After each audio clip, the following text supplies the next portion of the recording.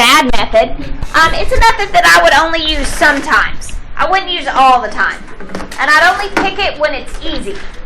So, let me show you what we do.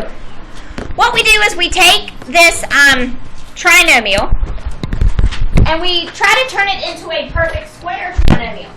Is it a perfect square trinomial right now? No.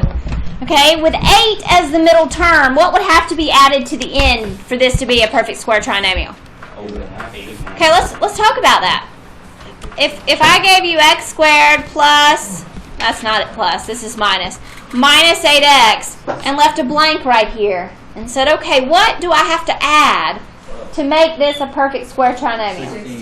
16. That's awesome. How do you know it was 16?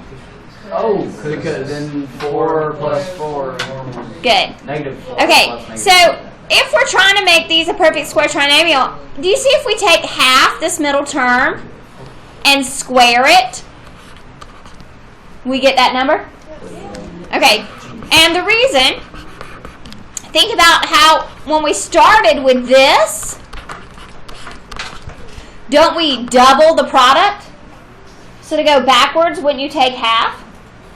Yeah, you take half and then square it to figure out that constant that we'd have to add there. So right now we don't have that. Okay, so I'm going to show you 2 different methods and I'm going to let you pick.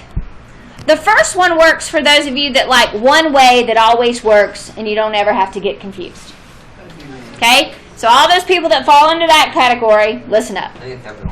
All right, no, I actually would do the other one. So the first thing we would do is move the constant to the other side. So to move this 12 to the other side, it would become negative 12. Are you with me? Yes. Okay. Wait, why? No, I'm sorry. You said yes? I'm sorry. And then wait. So, why is the f of x still there? Is that just y? Yeah, f of x is just y. Okay. Yeah, it's just function notation. Are you with her? All right, and then the next thing we're going to do is create, because it's not there right now, a perfect square trinomial.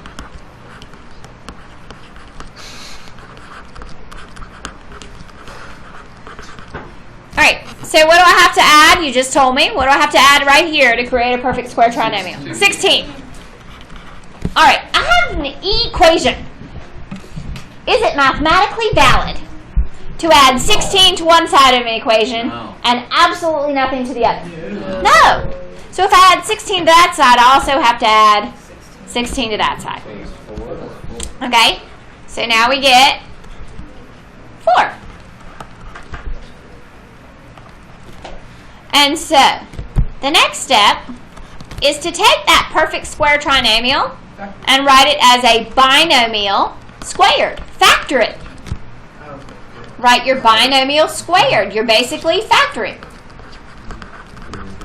So this would become what squared? X minus 4 squared. X minus 4. And then the last step is to move whatever constant you have back. It's a different constant because we changed it. So we move the 4 back. So we just took an equation that was in standard form and we put it in vertex form. Yeah, you have to switch it. Yeah? So it went from standard form, which we could factor and find the zeros that way. But we can also rewrite it into vertex form. So where's the vertex? 4, negative 4. And we have normal moves because there's no coefficient. Alright, I like that.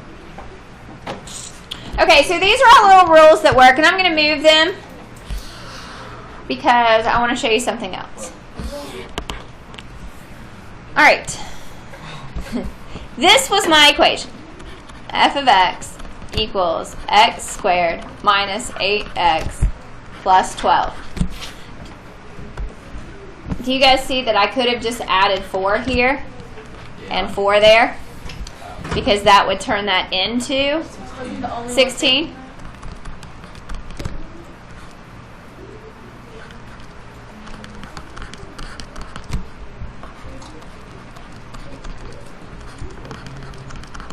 that the second one? Uh-huh. Okay. Wow. So is that not Or, even more exciting, would be to do it this way. If I add 4 and subtract 4, isn't that the same as adding nothing? Yeah. But if I thought of this as being grouped, this really becomes x squared minus 8x plus 16 minus 4. And then this becomes x minus 4 squared minus 4. So like I said, if you want one simple way, this way always works. So why doesn't that way work? This way always works. The only time it doesn't work is when y'all have addition and subtraction and arithmetic errors. Oh, so And the reason I do it this way is because you tend to have less arithmetic errors when you move that constant over to start with. So don't screw up. So you are welcome to do it this way. I do lots of this stuff in my head, and so in my head I'll go from that to that. Because in my head I've done that. Why didn't we learn that before? Because Well- this is It's best to start with vertex form, and then you have choices. You could learn the negative b over 2a, you could learn the factored form, you could go to completing the square. But as we add them on, it just ties back into what we've done. And it starts to make what we did a little while ago make a lot more sense. Okay, so this one. Let's do this one together. Which way do y'all want to do it? Do y'all want to move this over? second way. First fastest way. Okay. Second one. Okay, we do not have a consensus.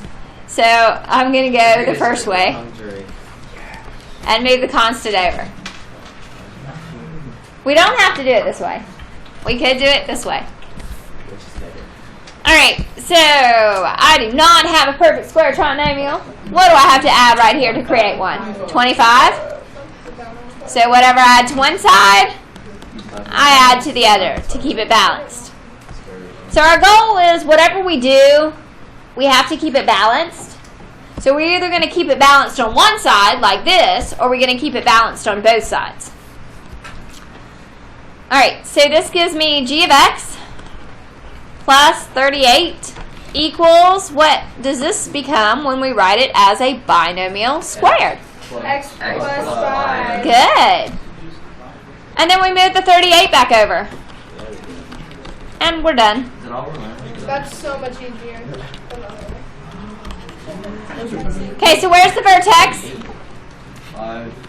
Negative 5. Negative 5, Negative 5. negative 38, and we have normal moves, and it's going to open which way? Up. Up. Okay, what happens when we don't have normal moves? It's no fun. So what happens if there's a vertical stretch or compression? Yeah, do something else. Alright, so let's see what effect that has on our... Did you? Everybody have a chance to copy that down? I'm sorry. Sometimes I go a little too fast. Okay, so our third example does have a coefficient, so we have a vertical stretch that has taken place on our quadratic function. So, you want to move the 3? No. Yes, I heard a yes. Oh. Okay, so now we have an issue because this can't be turned into a perfect square trinomial the way it's written. Yes, but if we factor out the 2, divide it out, factor it out, now what's left can be written as a perfect square trinomial. Alright, so what do I add here, folks? 4. 4. Take half and square it. When we take half, we get 2. When we square it, we get 4. But really, what weight did I just add to the right side of that equation? Plus 4. Plus 8. Who said 8? Because you are right. 8 is right. Because of the 2 right here, I really added a value of 8. So to keep this balanced, I have to add 8 to the other side. Oh, So that's our one little wrinkle if we have a coefficient. So this now makes h of x minus, nope, that's plus 5, equals 2 times x minus 2 squared. And then we move the 5 back over.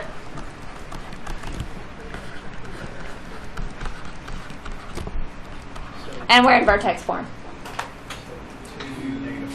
2, negative 5, and my moves are doubled. And it opens up. I love that. Okay, you try. Wait, so what was the vertex for today? The vertex of the last one is 2, negative 5. 2 negative 5? And it opens up, and the moves are doubled.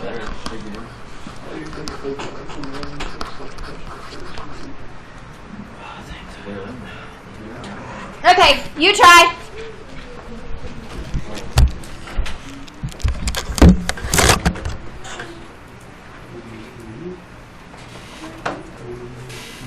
I just noticed the lights aren't on today. Is there enough light in here? Would you like me to turn them on? It's fine. Whatever. Fine? Okay. You're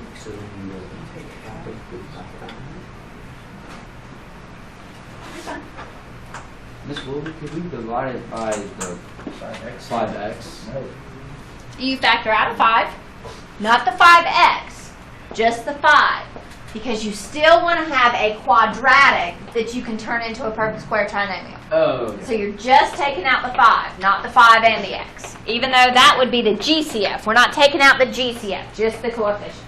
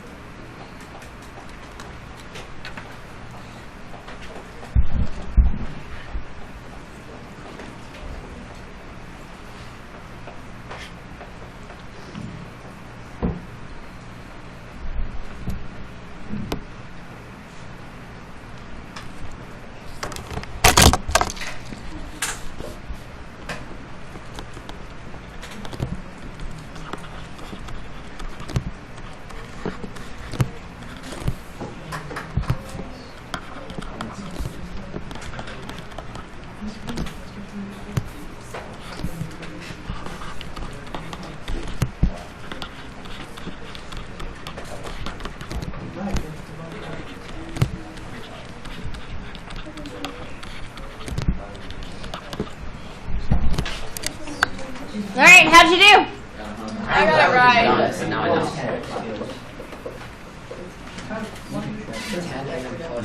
Does it factor out 5? Oh, yeah. That's what I Okay, if you missed a step, were you able to catch it? Able to find out? Okay, good. Wait, why are you not changing the sign? Oh, yeah. She did. You want to see this? Want to see this? From the negative 3 to the positive 3? No, from the, so whenever you do 25 and you multiply times 5, we don't change it to a negative. Well, what I did was I added a value of 125 to this side. So to keep it balanced, I have to add a value of 125 to the other. Okay, so you don't do negative. Whatever I do to one side of an equation, I must do the other. Okay, you guys want to see this one where I leave it all on one side? Yeah. Okay, so if we leave it all on one side, what's going to happen here? Okay, so I'm going to bring out that. I'm going to add a 1 right here, so it looks like I added a weight of 3 to this side. So I have to subtract a 3. Oh, wait, hold up. Oh, that makes sense because it's still 0. Okay, so this becomes y equals 3 times x minus 1 squared plus 4. Oh, that's sweet. Nailed it.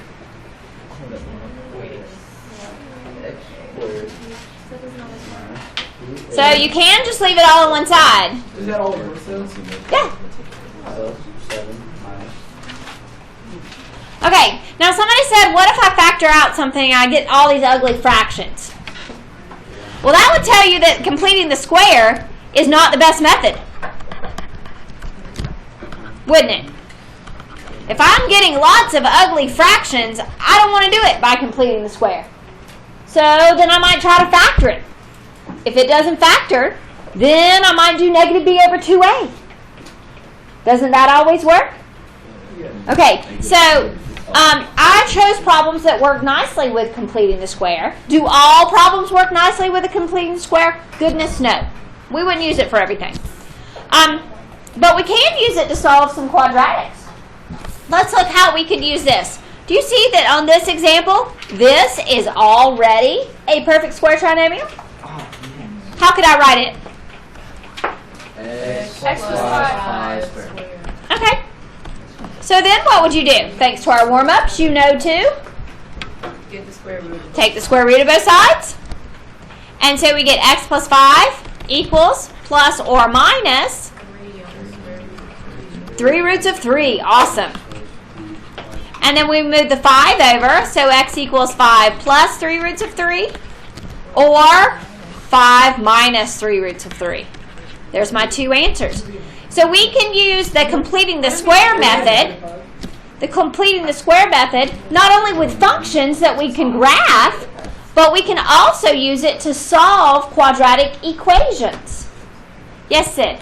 Why is there a negative 5? It is. Oh, it is. I just left out the negative. Thank you. Good catch. Well, it was.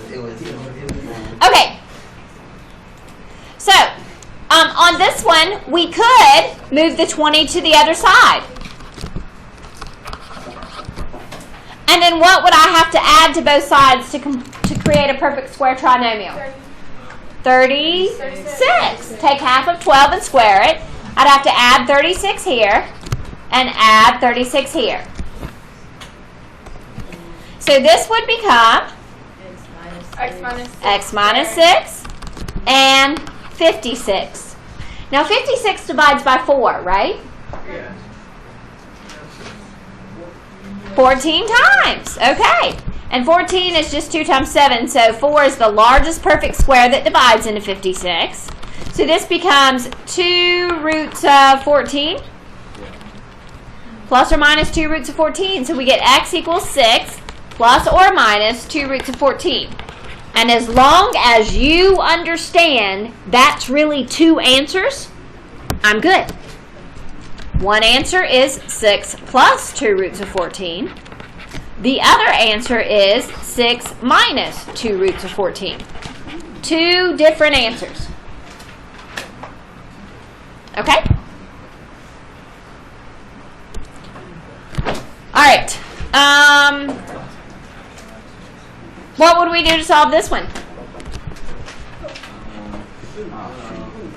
GCF. Move the x squared or everything else.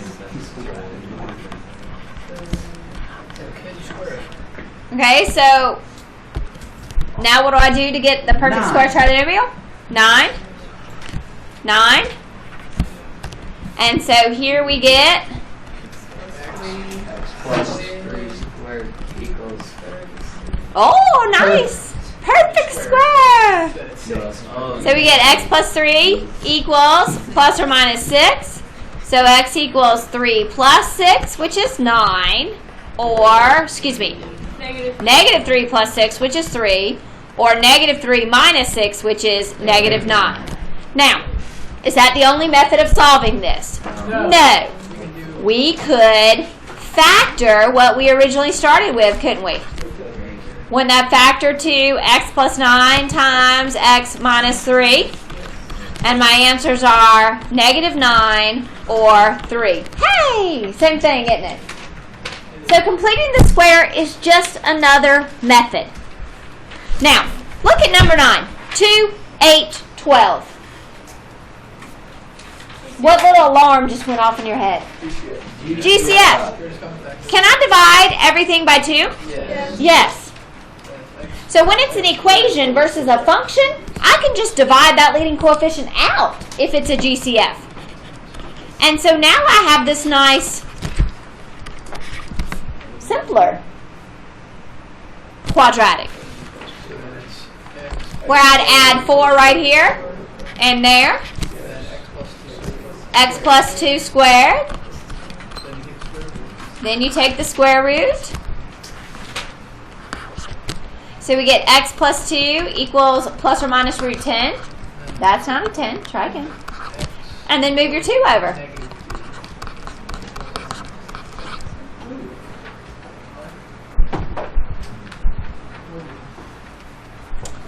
Okay, I did give you a couple word problems, and I wanted to have time to get to these, but it doesn't look like we're going to have a lot of time.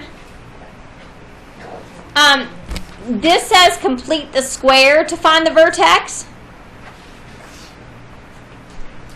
So what are we going to factor out of this?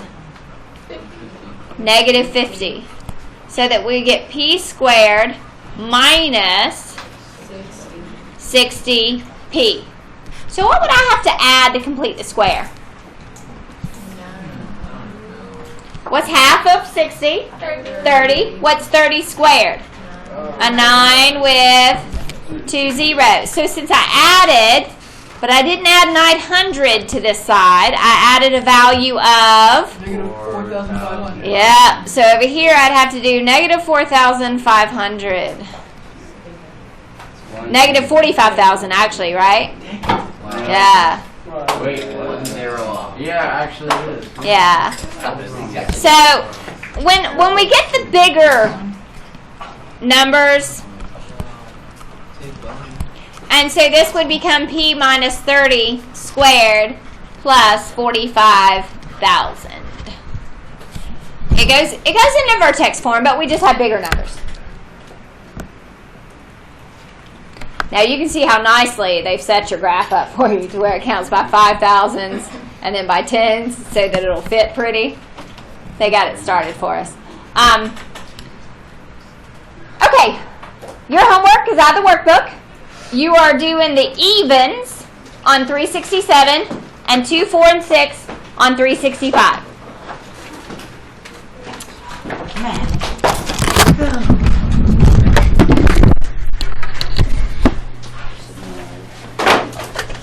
Yeah.